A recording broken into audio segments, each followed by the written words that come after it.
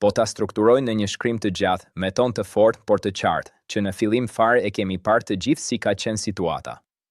Miri ka qenë në krevat me Selinin dhe në fund po aty përfundoi, prap në të njëjtin krevat me të. Kjo është diçka që nuk ka nevojë për interpretim, sepse është parë qartë nga publiku që prej ditës së parë.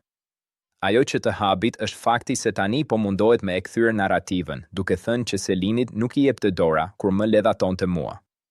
Po si ka mundësi që atëherë nuk ishte problem kur vetë ishte aq afër, kur ndante të njëjtin hapësirë dhe situata ishte shumë më e qartë?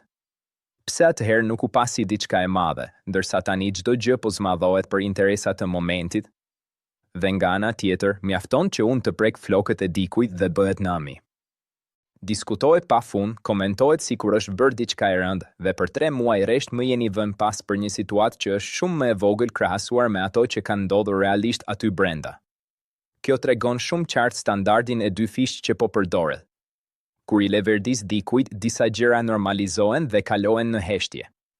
Kur nuk i leverdis, edhe gjërat më të vogla kthehen në çështje të mëdha për debat. Kjo nuk është më drejtësi, është thjesht lojë me perceptimin e publikut.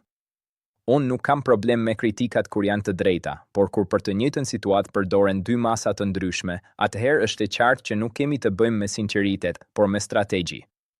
Dhe kjo është ajo që lodh më shumë, jo vetë situatat, por mënyra si manipulohen sipas interesit. Në fund, publiku i ka parë të gjitha, kush ka qenë ku, kush ka bërë çfarë dhe kush po mundohet me e kthyer historinë sipas qejfit. Mund të thuash çfarë të duash, por faktet nuk ndryshojnë. Dhe ndoshta është koha që në vend që të kapemi pas gjërave të vogla për muaj të tërë, të jemi më të sinqertë për atë që ka ndodhur realisht që në fillim.